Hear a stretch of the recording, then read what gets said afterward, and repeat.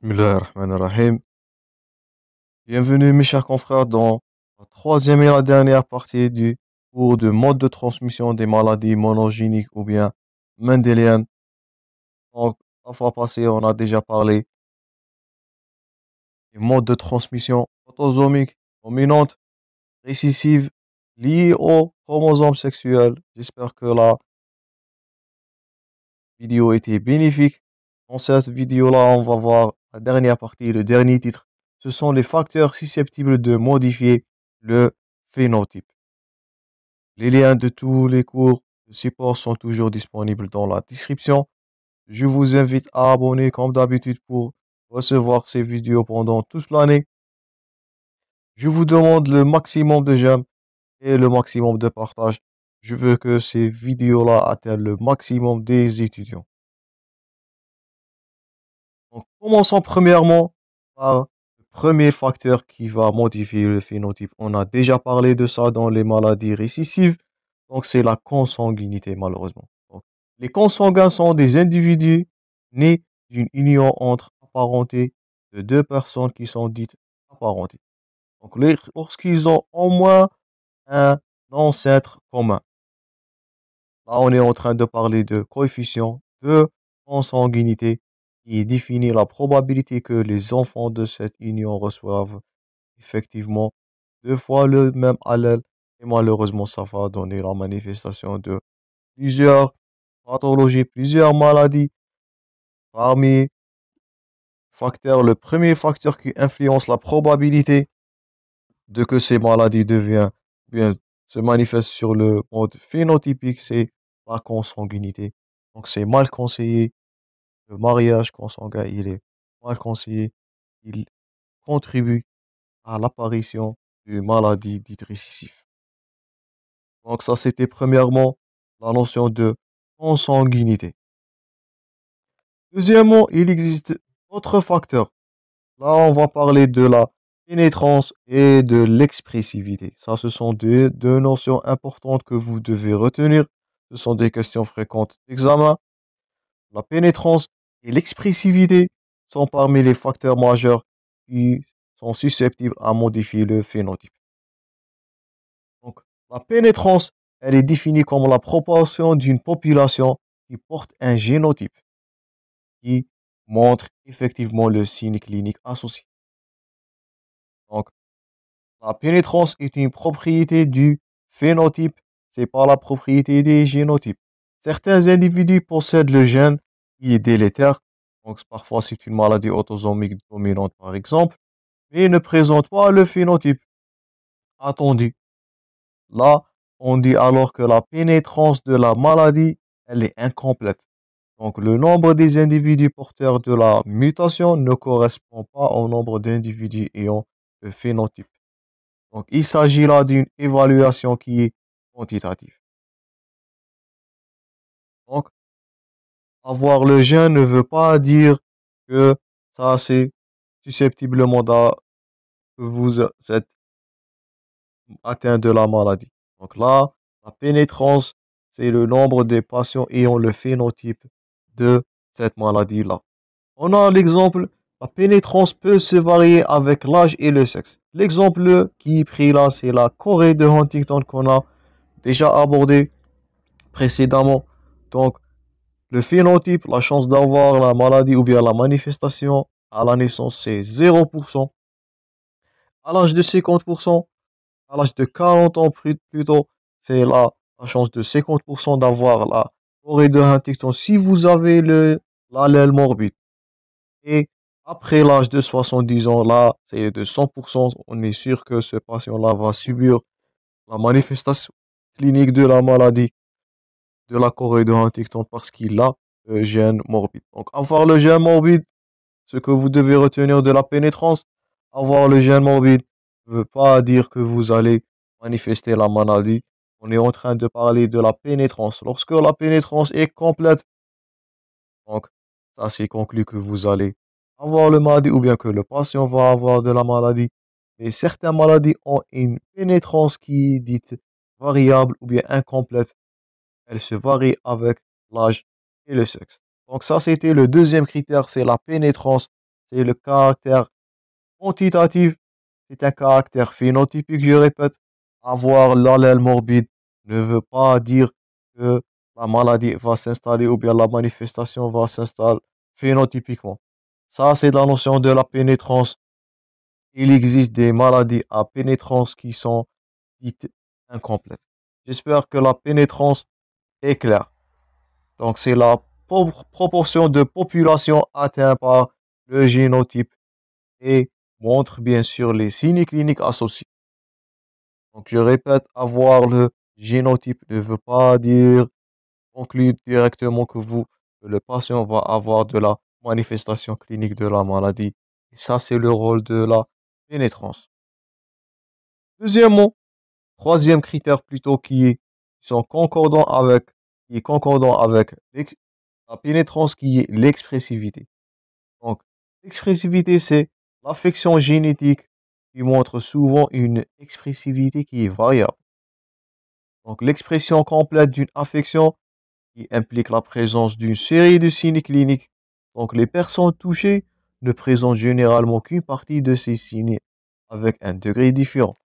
Donc, c'est pas toute la symptomatologie qu'on va regarder ou bien qu'on va observer chez le patient atteint par une gène. L'expressivité de manifestation clinique, le degré, la variabilité du signe clinique, ça varie d'un patient à l'autre. Et là, il s'agit dans l'expressivité d'une évaluation qui est qualitative. Ça, c'est très important. La pénétrance était une évaluation qui était quantitative, c'était le nombre du patient. Mais là, l'expressivité, ça concerne l'individu. C'est selon chaque individu va manifester les signes cliniques de façon ou bien de degré variable. Là, c'est une évaluation qui est dite qualitative. Donc, l'allèle morbide s'exprime par des signes différents d'un individu à un autre et ses caractéristiques au patient. Donc, la pénétrance et l'expressivité incomplète se rencontrent surtout chez certaines maladies autosomiques dominantes.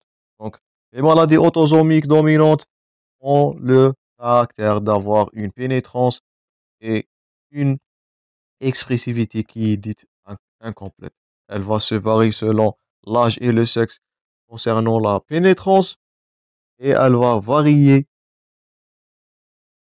selon l'individu à l'autre, selon l'expressivité. Donc, j'espère maintenant que les deux notions, expressivité et de pénétrance, sont faciles à retenir. Ce sont deux notions très importantes dans les maladies autosomiques dominantes. Et bien sûr, ce sont des questions très fréquentes d'examen. J'espère que c'est clair.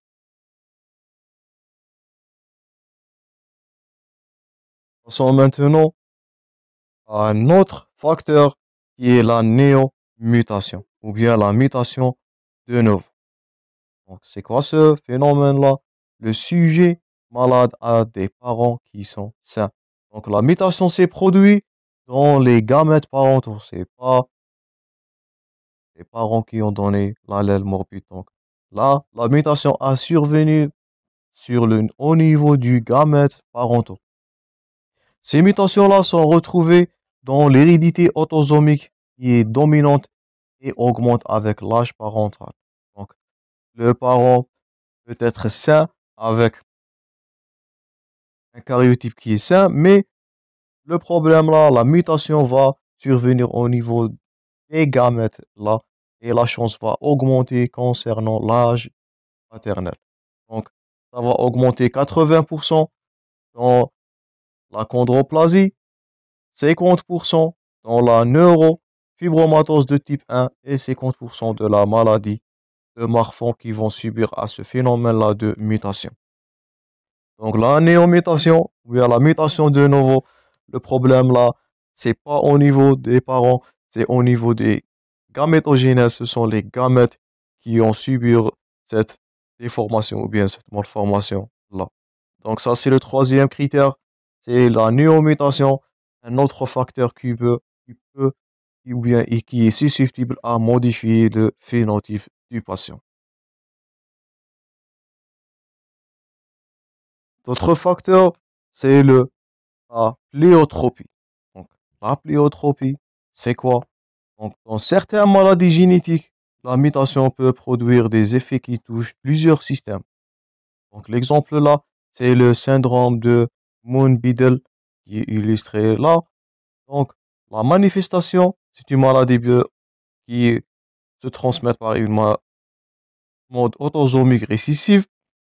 Ce sont des malfonctions ou bien des malformations qui sont observées au niveau du système nerveux, endocrinien, squelettique, oculaire, et le gène mutant peut agir à plusieurs stades du développement. Donc, parmi les critères qui contrôlent ou bien qui modifient le phénotype, là, c'est la pléotropie. La pléotropie, c'est qu'une mutation touche plusieurs systèmes, elle peut se manifester sur plusieurs stades évolutifs, comme l'exemple là, c'est le syndrome de Lawrence-Moon-Biddle ou bien le LMS. Donc vous voyez, c'était premièrement la consanguinité, la pénétrance et l'expressivité, la néomutation et même le pléotropie. Ça peut modifier le phénotype du patient. Tout ça, ce sont des facteurs influençant dans le phénotype.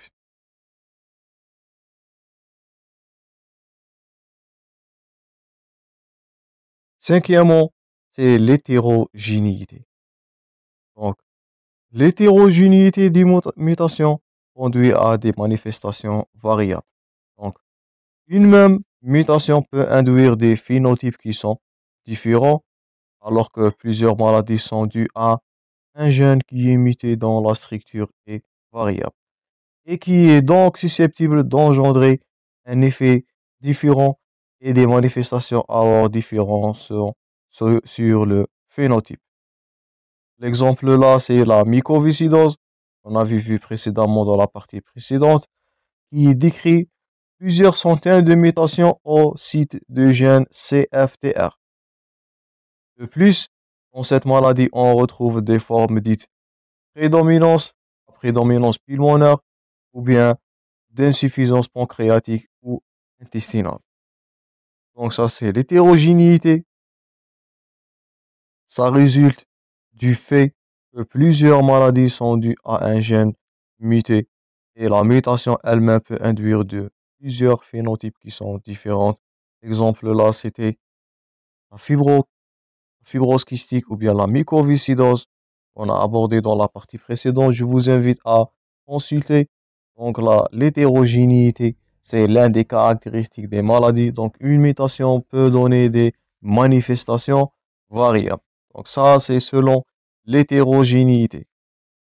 Sixièmement, on va aborder la notion d'anticipation. Donc l'anticipation en génétique, c'est un terme qui est utilisé pour décrire le fait que certaines maladies génétiques apparaissent plus tôt et s'aggravent ou peuvent s'aggraver dans une famille de fur et à mesure de la descendance ou bien de la transmission.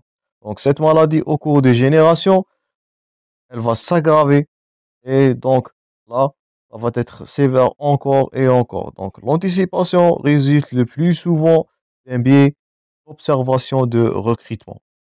On a l'exemple qui est bien illustré à gauche, plutôt à droite.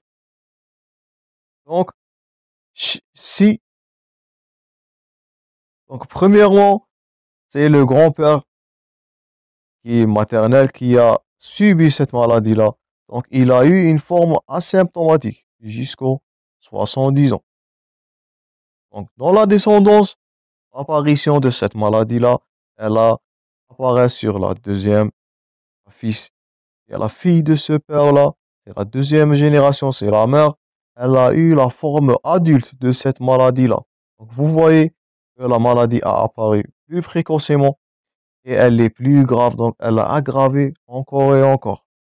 Et dans la troisième génération, lorsque cette femme-là a procréé, donc c'est la troisième génération, cet enfant-là, ce nouveau-né, malheureusement, il a eu la forme néonatale et ça, c'était plus grave que le précédent. Donc vous voyez que ça, c'est de l'anticipation.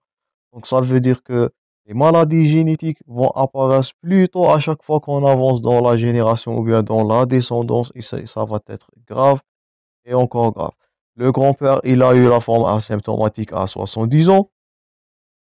La mère a développé la forme adulte de la maladie à 30 ans comme illustré et malheureusement à la troisième génération, l'enfant il a eu la forme néonatale et bien sûr c'est la forme la plus grave de cette maladie-là. Donc, comme illustré là en détail, vous voyez que le nouveau-né s'avère être atteint de la forme néonatale de la maladie et les symptômes apparaissent tôt après naissance et ils sont très très sévères. Donc à chaque fois, à la descendance, on voit l'aggravation de la transmission de la maladie.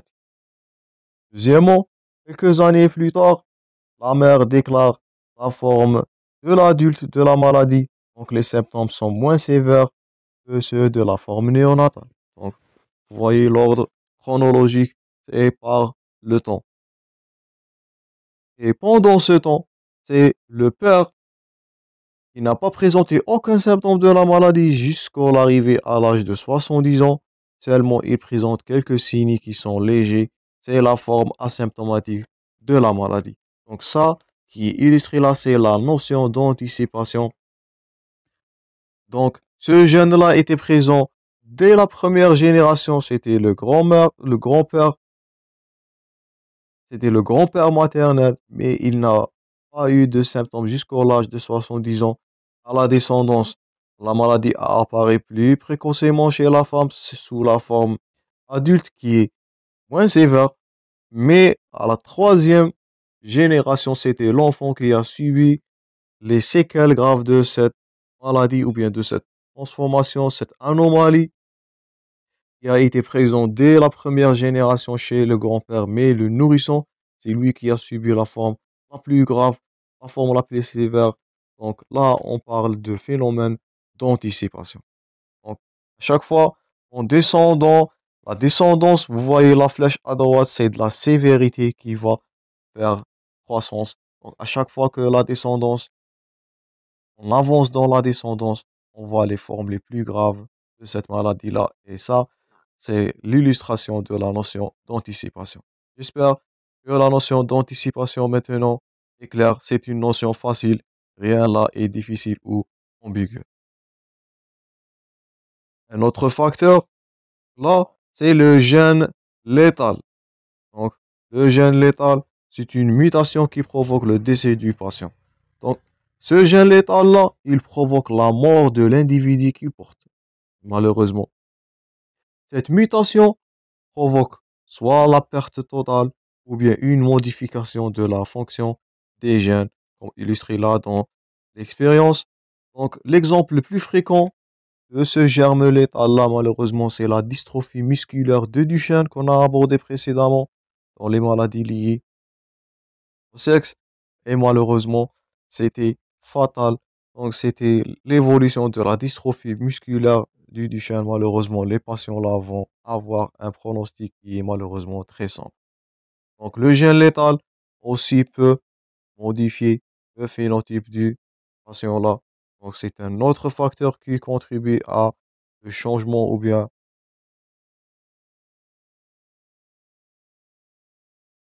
les facteurs influençant sur le phénotype. Dernièrement, avant de terminer, on va aborder deux notions. Ce sont aussi des facteurs. C'est la pseudodominance et l'infiltration ou bien l'influence du sexe concernant ces maladies-là.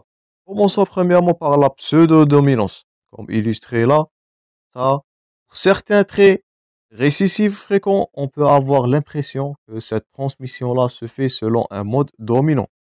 Donc la maladie, elle est récessive, la transmission, c'est récessive, mais on a l'impression que la transmission, elle est dominante. On parle là de la pseudo-dominance. Mais pourquoi? Elle est due à la fréquence importante des hétérozygotes dans la population, qui fait que la maladie se présente dans toutes les générations. Donc vous voyez là, c'est l'hétérozygote qui est très important dans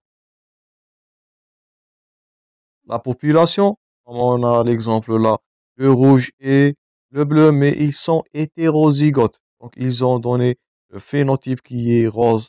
Donc ça, cette hétérozygosie dans la population, elle va contribuer à faire l'intention que certaines maladies qui sont récessives, ils vont, on a l'impression que cette transmission-là, elle est dominante.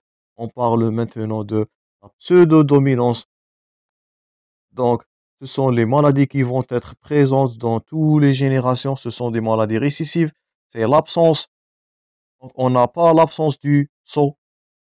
Donc, on n'a pas le saut de génération comme on a dit dans les maladies récessives. Ça va sembler comme une maladie autosomique dominante, mais c'est la pseudo-dominance.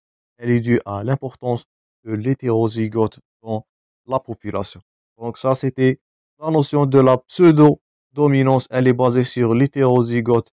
Donc, certaines maladies récessives vont apparaître ou bien semblent à être des maladies dominantes.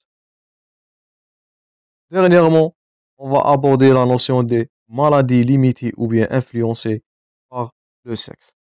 Donc, sont différents entre la transmission liée au chromosome X. Il ne faut pas faire la différence entre une maladie qui est autosomique, mais elle est influencée par le sexe du patient, avec une maladie qui est à transmission liée au chromosome sexuel X.